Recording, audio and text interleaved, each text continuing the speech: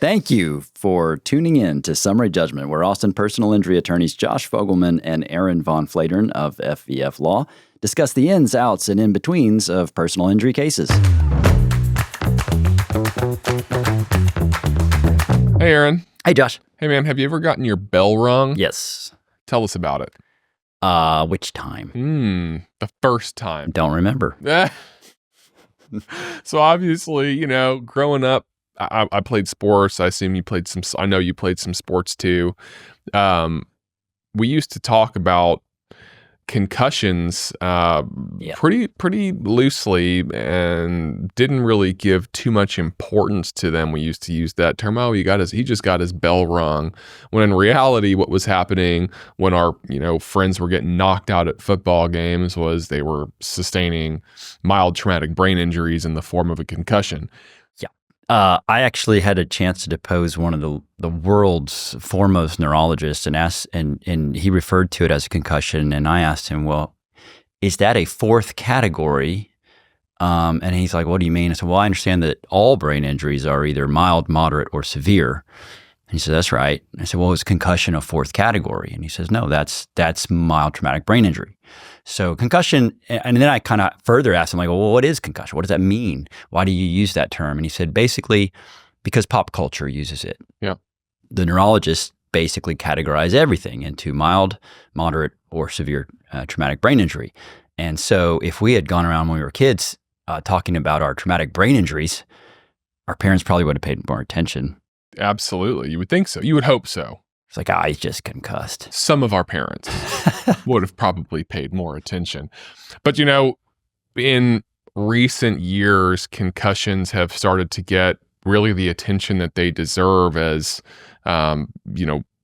being something worth talking about and really something worth preventing in life. And we're seeing a lot more attention given towards protective equipment and thought given by parents to whether they're going to let their kids play certain sports like tackle football or even soccer with, header after header after header. Of course, we obviously have seen maybe a decrease in certain sports, boxing and all these different activities that people engage in that raise the risk. And what I wanted to talk with you about today, since you have a lot of experience in learning about and developing cases involving brain injuries, is now that we know more about the severity of even a mild traumatic brain injury like a concussion, how do we as personal injury lawyers who are frequently asked for advice by clients or potential clients about how to handle their case where they have sustained a concussion or at least a suspected concussion or worse, how do we take this historically sort of difficult to quantify type of injury and help our clients get a better understanding about what the short and long-term consequences of the brain injury are likely to be, and turning that into a positive outcome for our clients in terms of helping them recover for that injury. Yeah, I consider this a huge responsibility for us, because when you look at the brain, there's two reasons I feel that way. One, it's a highly suggestible injury. If you come to me with having had a significant closed head injury or something like that, and I say, well, hey, have you been forgetful lately? You start to think about the time you put your keys in the refrigerator, and you're like, yeah, and it's like, did you ever forget where you park? You're like, oh yeah. And then you're like, do you forget people's names sometimes at parties? And it's like, yeah. And then it's like, well, I've got this big brain injury. And the truth is that we all have mental lapses, and those mental lapses increase dramatically during times of stress. And what could be more stressful than having a car crash that injures you in other ways? Because typically our brain injured clients are not just injured in the brain. Sure, of course, they've got like shoulder surgery or back surgery, something like that. And maybe their family members are also suffering, and maybe they're not making income because they're not able to be employed, and their car is stuck in a body shop, and they're in some rental that's not big enough for their kids, and like the stress is just mounting. And so brain injuries you don't want to tell them that they don't have one, because if they do have one, you got to figure that out. And Right. it is tricky. It is really something that the best neurologists in the world have trouble fully assessing.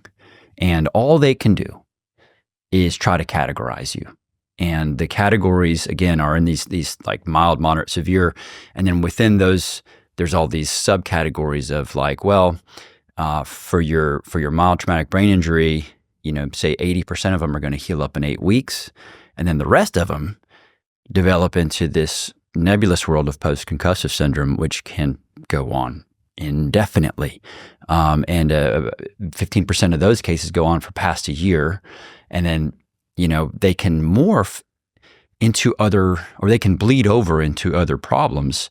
Like, for example, if you've got a brain injury that's causing you to underperform at home and in your work and in other areas of your life, that can lead to depression, or it can lead to anxiety, both of which can disrupt your sleep, which can lead to further cognitive declines. And I've had defense experts admit to me that although they were arguing our client wasn't brain injured, they were not arguing that our client wasn't suffering from real symptoms that all stemmed from that original brain injury. They basically had to admit that, because that is what happens. And for us, figuring out where to send them, where to help them get resources is especially challenging, because there are not enough neurologists in the world. Especially those that are, we talk a lot to our clients about how the medical providers in their case stand at some point to be called to testify about their opinions of what the injuries are and what the long-term consequences of the injury are. So finding people who have enough experience to be that sort of forward-thinking and be willing and prepared to advocate in some way by way of just showing up to testify. If we have a shortage of that, it can be problematic, because obviously can be a super important part of a client's case, particularly if the client's primary complaint is a mild traumatic brain injury. So how is a mild traumatic brain injury or a concussion diagnosed? Well, first I want to add on to your point about, because the listeners may think, oh yeah, there's some neurologists who are kind of busy, and there's some neurologists who can testify and write reports or help you out in that way. It cannot be overstated what shortage we have of neurologists who are able to fully, diagnose and then report back, who are willing to give that time, because they're in such short supply. This is going to sound nuts, but I'll tell you, I am aware of one neurologist who, if you call them to testify in trial, will send you a bill for $50,000. Wow. That's their price. And it's a go-away price. Let's face it. They're losing so much money from clinic, from hospital, from the other research they're doing and all that. It's really not worth their time to help your client, or, to write a report that expresses what all is going on with your client. Or to show up and give testimony under oath as to what is medically probable. So before we get to like, how do you diagnose it? The first problem is, how do you find somebody to diagnose it, right?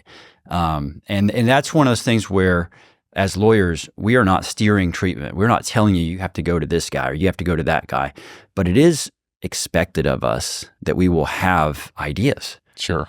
Our clients, we're injury lawyers. Our clients are injured and they're like, where do I go for this brain injury? Sure. And so we are definitely aware of which neurologists you can get in to see quickly.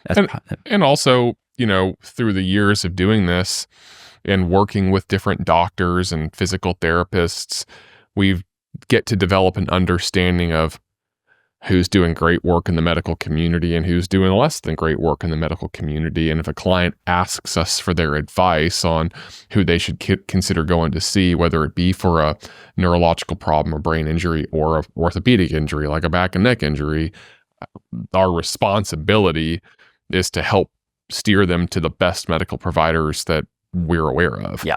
And I think one of the things about our firm that I've always loved is we have a track record of personally going to some of these doctors or sending our family members who don't have cases to see doctors that we know are competent and thorough and care. Sure. That's kind of the main thing, is the concern level. But once you get there and you have a brain injury, how does it get diagnosed? Well, it depends on if it's in that mild, moderate, severe. If moderate and severe, it's a pretty high bar. You get there when there's an abnormal finding on a CT scan, i.e. a brain bleed. So if you go into the ER and you've got an active brain bleed, you're bumped up into that moderate group. And it's pretty scary to be in that group. Severe would involve like intrusion into the brain, where something has pushed through the brain pan and actually is pressing on the brain, or you can visibly see it's kind of changed its structure. The mild stuff is, of course, a misnomer. When you talk about a mild cognitive deficit, you're still talking about changing someone's brain. If you change the brain, you're changing the person. And since antiquity, humans have held the brain sacred. It's who we are. The brain and the heart. That's really what humans are. And so mild is a tough term for us to swallow, but that's what the neurologists use. Compared to an actively bleeding brain or an actively visible damage to the structure. Yeah. A mild traumatic brain injury or a concussion is something that you might not be able to readily identify on the scan, on some sort of MRI or CT scan, but nonetheless is causing symptoms in the form of fatigue or confusion or memory loss or speech impairment, a whole host of symptoms that the doctors can look at and say, okay, well, even though we don't see this specifically on the imaging, we know that because you've checked boxes A, B, C, D, and E, you can be you have a confirmed diagnosis of mild traumatic brain injury or concussion. Is that kind of how that works? That's right. Yeah. So an MTBI, mild traumatic brain injury, to me is just a brain injury, because if you have someone who can't do what their job requires them to do, that's pretty severe for their life. Right. But it is called mild. The diagnosis for that, you talked about for moderate and severe, what can be the triggers for that. But for the MTBI, your diagnosis is going to stem off of, post-traumatic amnesia, disorientation at the scene, or loss of consciousness. So if one of those three is present at the time or within like a day or two of this event happening to your client, then that's going to be, and what we look for as lawyers is evidence of that, right? Because a lot of times you'll have witnesses at the scene, but a lot of times you don't. People are alone in their cars most of the time when they get hit. Yeah. So what I look for is, and of course I'm not the neurologist, but what I'm listening for as I talk to these people are these like gaps in time. I was driving this way, I felt, I got hit, and then I remember the people knocking on the door to try to open my door to get me out. And there's this gap in time. Either they were disoriented, or they've got post-traumatic amnesia, or they lost consciousness, or all three. So that is what hooks you into having a concussion. And then once you've got a concussion, there's a question as to whether that will develop into post-concussive syndrome or not. But beyond that, what's important for us to be in tune with is the fact that brain injuries have such a severe impact on a person and their psyche that they can have what's called adjustment disorder. Not to mention PTSD that can happen from a severe and traumatic event, but just the fact that someone is diagnosed with a brain injury can sometimes play out in these terrible consequences like we talked about earlier, where someone's losing sleep and they're still suffering bad cognitive deficits. And it's also important to be listening for evidence of hormonal deficits, which can look exactly like a brain injury in terms of difficulty concentrating, difficulty with working memory, difficulty prioritizing tasks, quickness to anger, quickness to weepiness, all kinds of symptoms that look like a failure of executive functioning can actually come back to a hormonal deficit, which can then signify a problem in the pituitary gland, or the pituitary stalk more specifically, from which the pituitary dangles from the brain. Subject to stretching, you can have capillary death, and people who have been in these closed head injuries, their brain can heal up fine, but they'll go sterile, or they'll stop growing if it happens to a child, for example, because growth hormone or testosterone is affected. Oxytocin, it can be affected. And these things, that's the love hormone, the trust hormone. These things can wildly affect your personality. And it can take neuroendocrinologists years to suss out what exactly happened there.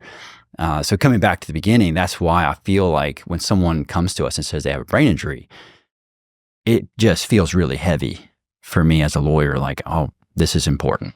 Well, it's important to have a roadmap, right? And this is what you've done such a thorough and great job of talking about today, is understanding that, like any other injury, I mean, we deal with back injuries and spine injuries and other orthopedic injuries all the time, and people heal differently. It impacts different people in different ways. And you can't look at an injury day one and say, okay, well, this is what this means for you long term. It takes time, and it takes a person's commitment to treatment and diagnostics to really get the full picture of what that looks like for them long term. What's the roadmap?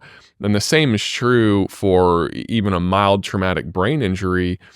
The sooner that you can start taking a look at all the different layers of the onion that might unfold throughout a person's life, the better you'll be able to develop an action plan and help navigate the client through the medical process in a way that answers questions like, is this going to have a long-term impact on my quality of life? Is this going to have a long-term impact on my ability to earn a living? Is this going to have a long-term impact on my relationships with other people, or my physical health, my sleep? And those are questions that can be answered. It can be complicated.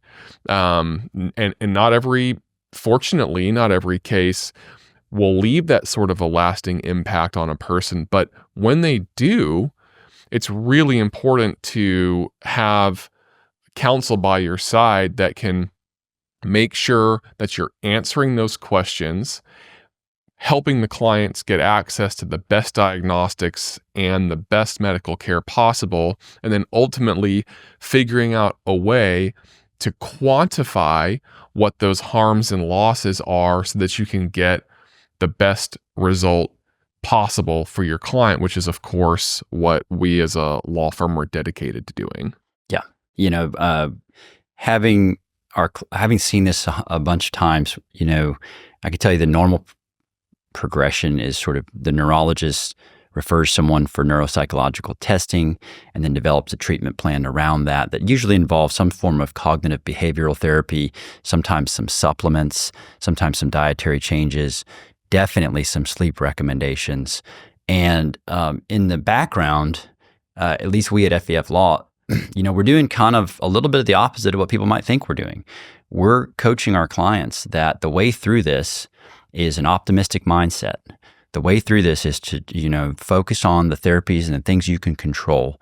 And if you ever see us in trial on a brain injury, I can promise you it's real, because we have done everything we can to convince that client that they can get better and to try to get them better, holding them to their appointments, making sure they're doing all the work that's necessary. It's hard work to get better, getting the sleep, tracking the sleep if we can.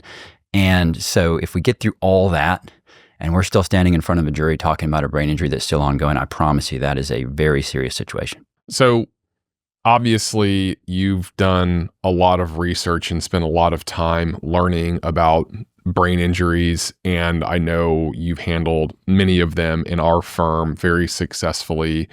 You know, not all personal injury lawyers or law firms are created equally, and not all lawyers and law firms provide the appropriate attention to detail in helping to diagnose a person's mild traumatic brain injury and really develop and understand the long-term consequences of that. Can you help us understand why it's important for people who might have suffered a concussion or a mild TBI to not just choose any lawyer, but to choose a lawyer who actually has the experience in that world? Yeah, I think experience is a good word because it takes experience to get exposed to the level of expertise that defense law firms bring to bear with their experts to try to convince a jury that your client is not brain injured or that their brain injury was minimal. And so when you've been through that fire over and over, you start to realize what's important and what's not. You start to be able to distinguish between diagnostics that are valid and those that are kind of like snake oil. You know, there are tons of tests out there, quote unquote tests.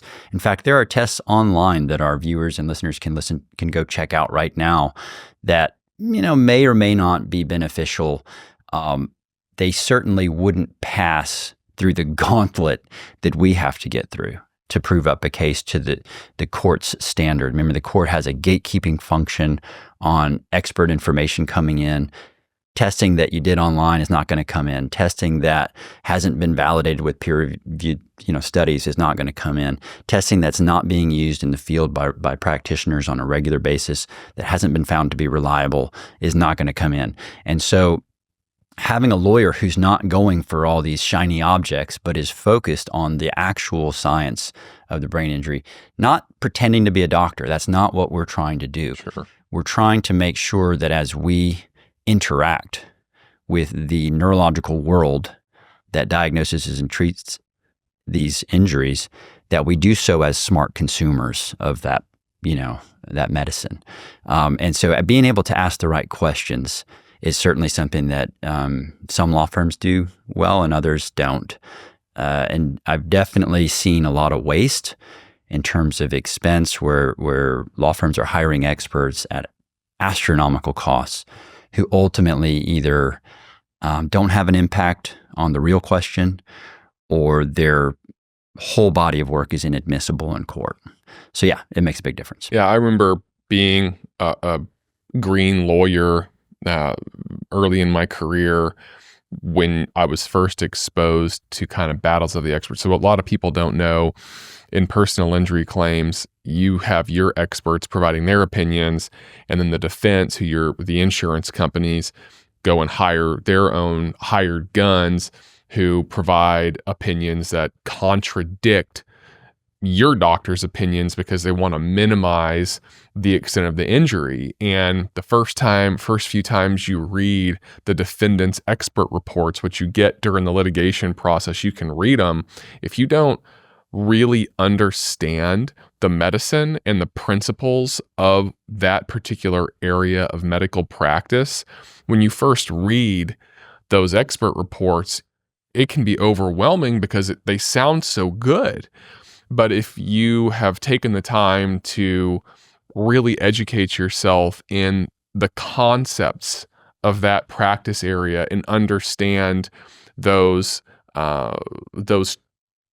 indisputable truths about certain diagnostic studies, about certain potential likely outcomes, and understanding that no two people necessarily react the same or recover the same, that there's a lot of opportunity to take those defense experts to task and expose the bias that they have when they're formulating their opinions that are designed to harm your case. So having someone who can speak that language and really dissect the defense experts' opinions and break them down and show the jury that these opinions aren't genuine, these opinions are bought and paid for, that's an incredible advantage to have in an advocate and someone who's willing to take the time and effort and energy, or who has done it before, can literally make a difference of 6 figures or 7 figures, maybe even 8 figures in the outcome of your case. So